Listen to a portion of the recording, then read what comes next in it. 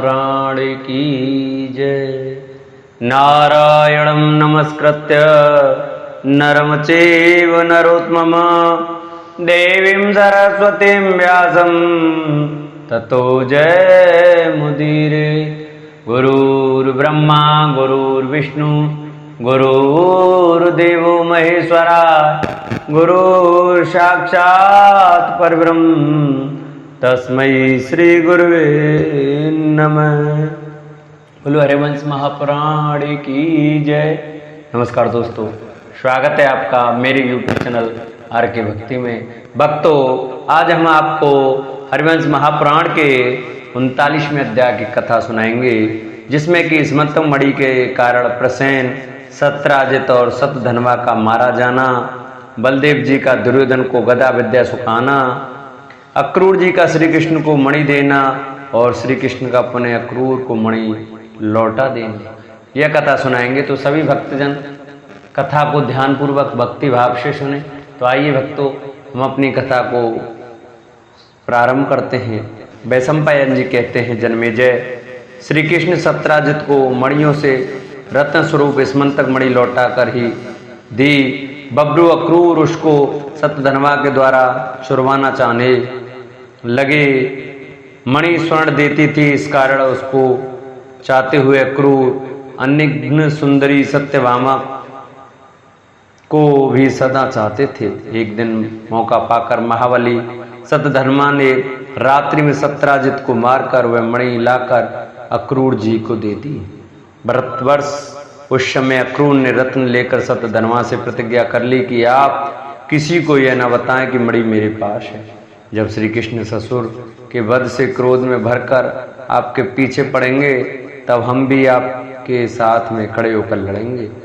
आजकल सारी द्वारका मेरे वश में है, इसमें आप कुछ संदेह न समझें। यशस्विनी सत्यभामा पिता के मारे जाने पर बड़ी दुखी हुई और रथ पर चढ़कर हस्तिनापुर को चली गई।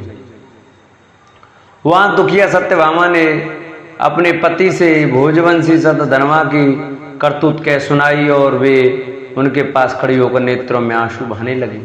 उस समय श्री कृष्ण हस्तिनापुर में थे और लाक्षागृह में पश्चिम हुए पांडवों की उदक क्रिया कर चुके थे।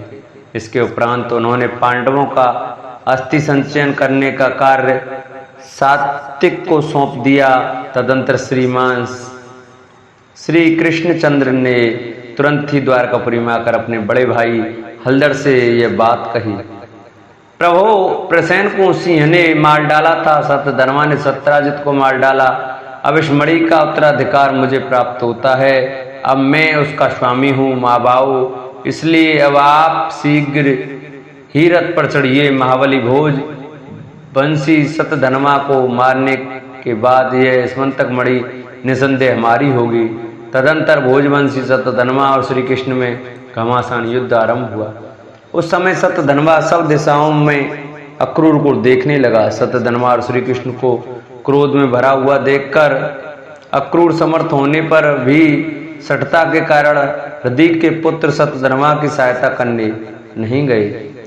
तब तो भय से घबराया हुआ सतधनवा भागने का विचार करने लगा और वह घोड़ी पर चढ़कर 400 कोस से अधिक दूर निकल गया।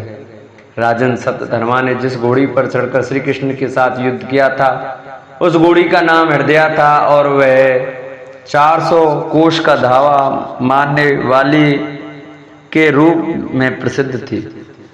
घोड़ी वेग से चलने के कारण 400 कोस का मार्ग तय करने के बाद थकने लगी। इधर सतधनवा ने श्री कृष्ण को रथ को बढ़ते देखकर घोड़ी को छोड़ दिया और वह पैदल भागने लगा। भारत, तदंतर उस घोड़ी ने श्रम और खेद के कारण अपने प्राणों को छोड़ दिया। उस समय श्री कृष्ण ने बलदेव जी से कहा, माँ बाऊ, घोड़े थक गए हैं, उनका यह दोष मैंने देख लिया है, अतः आप यहीं ठहरिए। मैं पैदल ही जाकर मणियों में रत्न स्वरूप स्मंतक मणि को छीन लाऊंगा। राजन, तदंतर अस्त्र विद्या के परगामी श्री कृष्ण ने पैदल ही जाकर सतधनवा को मिथिला नगरी के समीप मार डाला। महाबली भोज वंशी सतधनवा को मारने पर भी श्री कृष्ण को स्मंतक मणि न मिली। श्री कृष्ण के वापस आने पर बलदेव जी ने उनसे कहा कि वे मणि रत्न दीजिए। तब श्री कृष्ण ने कहा, मणि तो वहां नहीं मिली, तब तो बलदेव जी ने क्रोध में भरकर बारंबार धिक्कार है कहकर श्री कृष्ण से कहा, भाई होने के कारण आपकी इस करतूत को मैं सह रहा हूँ, आपका कल्याण हो, मैं चलता हूँ। अब मुझे द्वारका से आपसे और वैष्णवंशियों से भी कोई काम नहीं। तदंतर शत्रुमर्दन बलदेव जी मिथिलापुरी में चले गए। वहाँ मिथिला नरेश ने बहुत से पदार्थों की भेंट देकर बलदेव जी का स्वागत किया। इसी समय बुद्धिमानों ने में श्रेष्ठ बभ्रू वंशी अक्रूर जी भी अनेक प्रकार के बहुत से यज्ञों का धड़ल्ले के साथ करने लगे। मायाशस्वी बुद्धिमान गांधी पुत्र ने इस मंतक के लिए दीक्षा रूपी कवच को अपनी रक्षा के लिए पहन लिया। अर्थात यज्ञ में दीक्षा लेने वालों को युद्ध करने का अधिकार नहीं होता, इसलिए उन्होंने युद्ध से बचने का यह मार्ग निकाल लिया। उसके बाद धर्मात्मा क्रूर ने 60 वर्षों तक यज्ञों में अनेक प्रकार के द्रव्य और उत्तम रत्न दक्षिणा रूप में दिए। उन महात्मा के किए हुए वे सब यज्ञ क्रूर यज्ञों के नाम से प्रसिद्ध हैं। उसमें बहुत सा अन्न और बहुत सी दक्षिणाएं दी गई तथा उन सभी यज्ञों में ऋतुजों की सब प्रकार की कामना पूर्ण की गई। इसी समय शक्तिशाली राजा दुर्योधन ने मिथिलापुरी में जाकर बलदेव जी से दिव्य गदा विद्या की शिक्षा ग्रहण की। तदंतर वृष्णि और अंधक वंशी मारती तथा महात्मा श्री कृष्ण बलराम जी को प्रसन्न करके द्वारका में ही बुला लाए।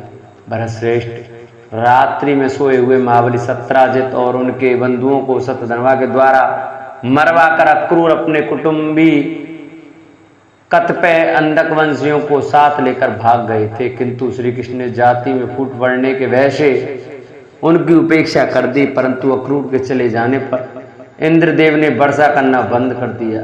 जब अनावृष्टि होने से राज्य के मनुष्य प्राय दुर्लभ होने लगे, तब कुकुर और अंधक वंशियों ने अक्रूर को अनुनय विनय करके द्वारका लौटने के लिए राजी कर लिया। फिर क्या था, उन दानपति अक्रूर के द्वारकापुरी में वापस आते ही सहस्त्राक्ष इंद्र ने समुद्र के तटवर्ती प्रदेश पर जोरों से वर्षा करनी आरंभ कर दी। कुरुनंदन बुद्धिमान अक्रूर जी ने अपनी शीलवती बहन का, जो कुमारी थी, श्री कृष्ण के साथ उसको प्रसन्न करने के लिए विवाह कर दिया। तदंतर जनार्दन श्री कृष्ण ने योग के द्वारा यह जान कर कि मणि अक्रूर के पास सभा में बैठे हुए अक्रूर से एक दिन कहा, माननीय विभो, जो मणिरत्न स्मंतक आपके पास है आप उसे दे दीजिए। अनायतता का विवाह न कीजिए। निष्पाप अक्रूर जी, 60 वर्ष पहले मणि के कारण से जो रोष मुझे चढ़ा था, वही रोष बहुत समय बीतने पर भी मुझे फिर बार बार आ रहा है, अतः उस मणि को मुझे दे दीजिए। इस प्रकार श्री कृष्ण के कहने पर महाबुद्धिमान अक्रूर जी ने संपूर्ण सात्वंतों की सभा में वे मणि बिना कष्ट पाए ही श्री कृष्ण को अर्पण कर दी। तदंतर अक्रूर जी के हाथ से सरलता पूर्वक मणि पा जाने पर दमन श्री कृष्ण ने मन में प्रसन्न होकर वह मणि फिर अक्रूर जी को दे दी। तब श्री कृष्ण के हाथ से मिली हुई मणि रत्न स्मंतक मणि को गले में बांधकर गादनी पुत्र अक्रूर सूर्य के समान सुशोभित हुए। इस प्रकार जो मनुष्य पवित्र होकर सावधानता पूर्वक इस कथा को नित्य प्रति सुनता है, उसको फल रूप में संपूर्ण सुख प्राप्त होते हैं। नृपश्रेष्ठ, उसकी कीर्ति ब्रह्मलोक तक पहुंचती है, इसमें कोई संदेह नहीं है। यह मैं आपसे सत्य कह रहा हूँ। इस प्रकार हरिवंश महापुराण के अंतर्गत हरिवंश पर्व में बलदेव जी द्वारा दुर्योधन को गदा विद्या की शिक्षा विषयक 39वां अध्याय पूरा हुआ। कुल हरिवंश महापुराण की जय। जिन भक्तों को हमारी यह कथा अच्छी लगी हो, हमारी वीडियो अच्छी लगी हो, वो हमारी वीडियो को ज़्यादा से ज़्यादा शेयर करें, चैनल को सब्सक्राइब करें और कमेंट में हरिवंश महापुराण की जय और लड्डू गोपाल की जय लिखना ना भूलें। बोलो हरिवंश महापुराण की जय।